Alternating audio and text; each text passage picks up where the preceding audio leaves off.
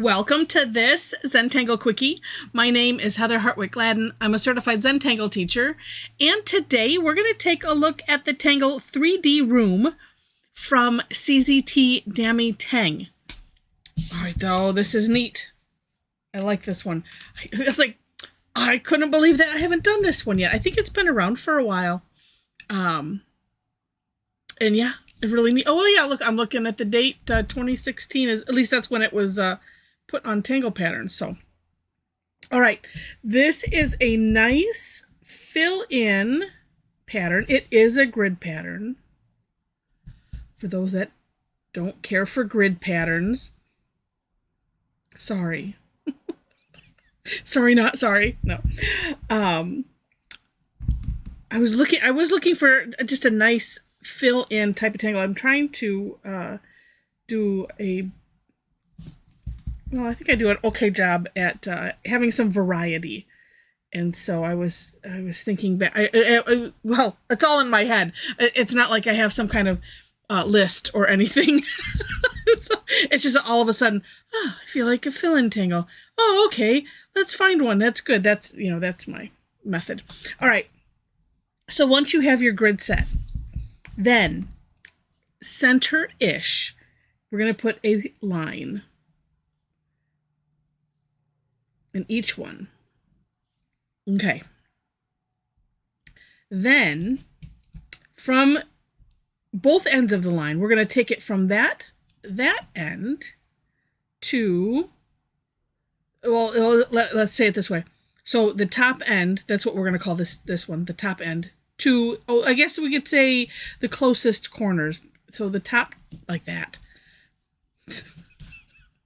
Sometimes my brain likes to make it more difficult than it needs to be. All right, we'll just do all of the tops first.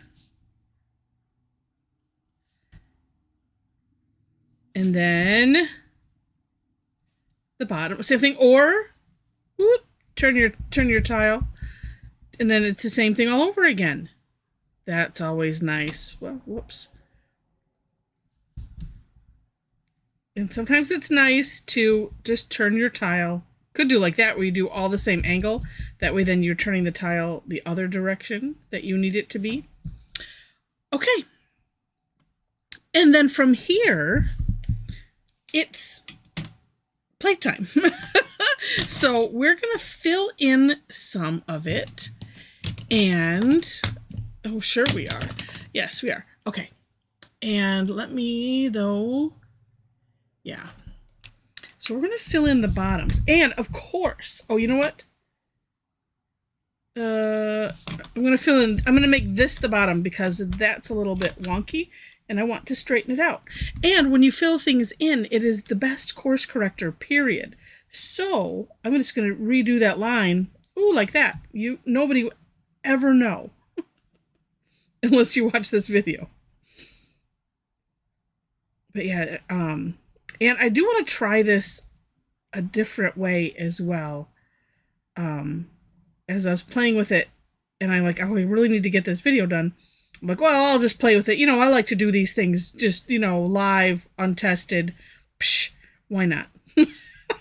So I'm going to do it's the same,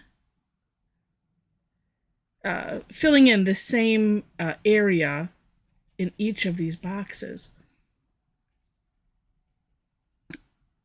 And of course, then I'm having another thought in my head, but I don't know that we'll try that. And well, here's the thought. You can try it, maybe. We'll see. We'll see what after I do the other thing. Because you could look at this as each box, right, is a fragment.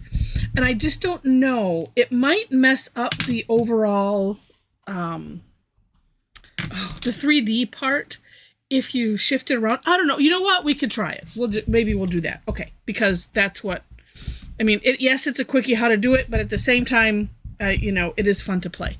All right, so from here, she has us doing some stippling, which is just filling in with dots in the top section.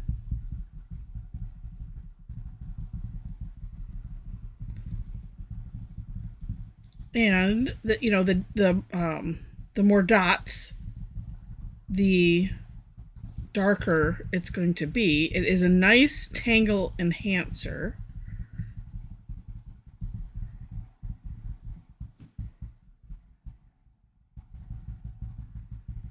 And why does it take so much concentration? I don't know. You see me get all quiet. It's like, oh, I must focus.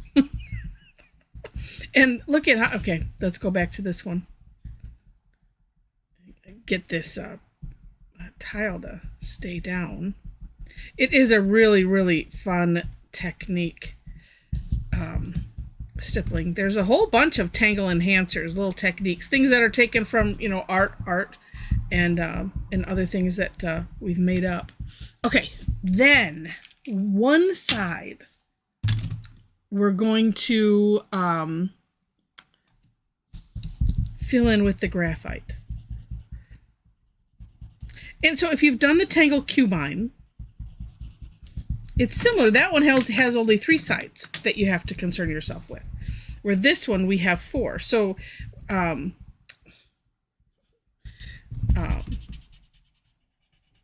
so like on Cubine, we have dark gray, light, or if you want to think, light, medium, dark, like this is the medium. But then we have an God, I lick a little hair. What doesn't want to go away? I don't know where it came from. I got it.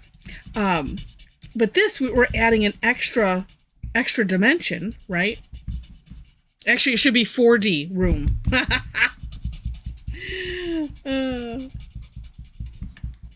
But the stippling kind of adds that in between, or just something a little bit different. So you get, just a really, like I said, a really, really neat look. It's cool. And, and I have a feeling though, I'll leave that for you to play with. Yeah, I don't know if it will mess things up if you, if you switch things around as far as using it as a fragment and having different things. Now, the one thing I did want to play with, because there's a bigger point. Okay. And that point is, I did a pretty decent job of making it, kind of close. But what if we decided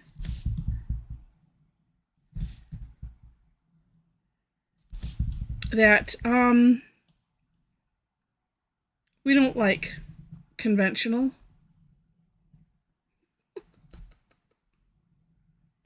We like the wonky. All right.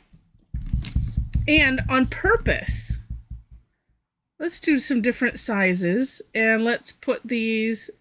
Now I'm going to put them all the same way. And then, like I said, you can play with that, at home. Let's just put these lines in a little bit different places, different lengths. Okay. And let's see what happens. Everything is the same idea. Well, although you know what, and these could be wonky too. Maybe not. Obviously I'm not. Whoops. Okay, we can see right now I'm going to be filling in this side.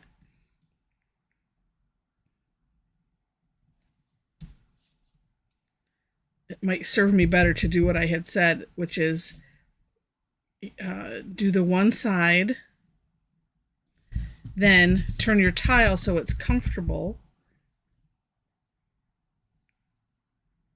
Now the only thing, like I said, okay, well this one's going to have to be the side I fill in, so that means I have to, everything else has to be more right.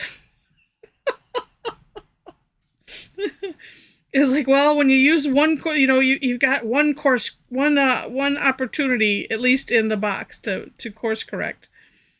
And when you use up that one, then what? Well, then you figure it out. There's always a way. And at the same time, it just doesn't matter. I was going wonky anyway, so it doesn't matter.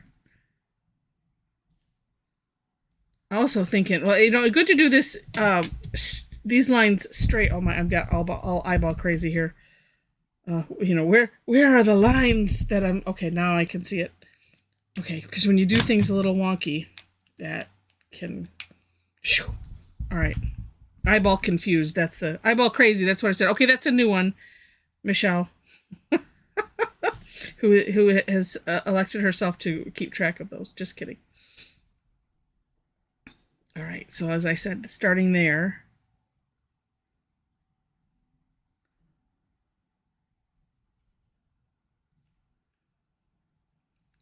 And like I said, well, you let me know if you play with it, doing it, you know, as a fragment, different sides, you know, it might turn out just fine. But like I said, I'm thinking, because part of the illusion is created by having, you know, the coloring that way, and it might lose something. That's what I'm thinking, but only playing will tell. All right, so as I'm filling this in, if you are enjoying this, and I hope you are, please click on the like button. And if you like it enough to see more, would love to have you be a subscriber to the channel if you are not already. In the description section, you will find links to the step outs. I always do my own version and then link to the creator of the tangle. So you will find those there. And then below that, if you really like me and want to connect, I have my link tree is below that, and there you'll find all of my links to everything. Website where you can follow my blog, Facebook page where you can follow me for lots of things, including classes. And then, and you know, and if you are on Facebook and you'd like to be a part of a Tangle community, we have a really nice Tangle Addicts community on there. So we have a private group. The link is there, and do know that you have to, there are 4 questions that I have set up that have to be answered in order to gain entry. That just kind of, besides explaining and kind of setting the tone and expectations, it also seems to keep away, I don't know if they're bots or, I don't know, spammers, I don't know what they are, but it seems to keep those away. So that's part of why I have those there. All right. And what else do I have there? If you are interested in classes, I have, there's a couple places on the link tree where you can follow me. Facebook also. I don't have that listed separately, but I just like to let you know. And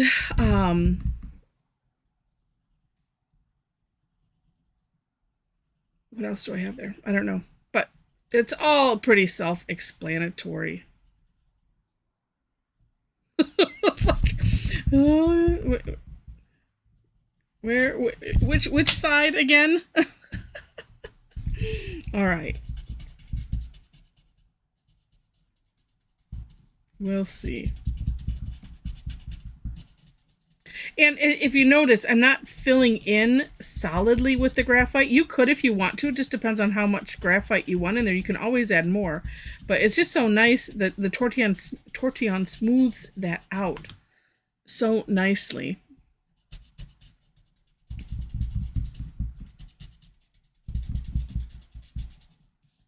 All right.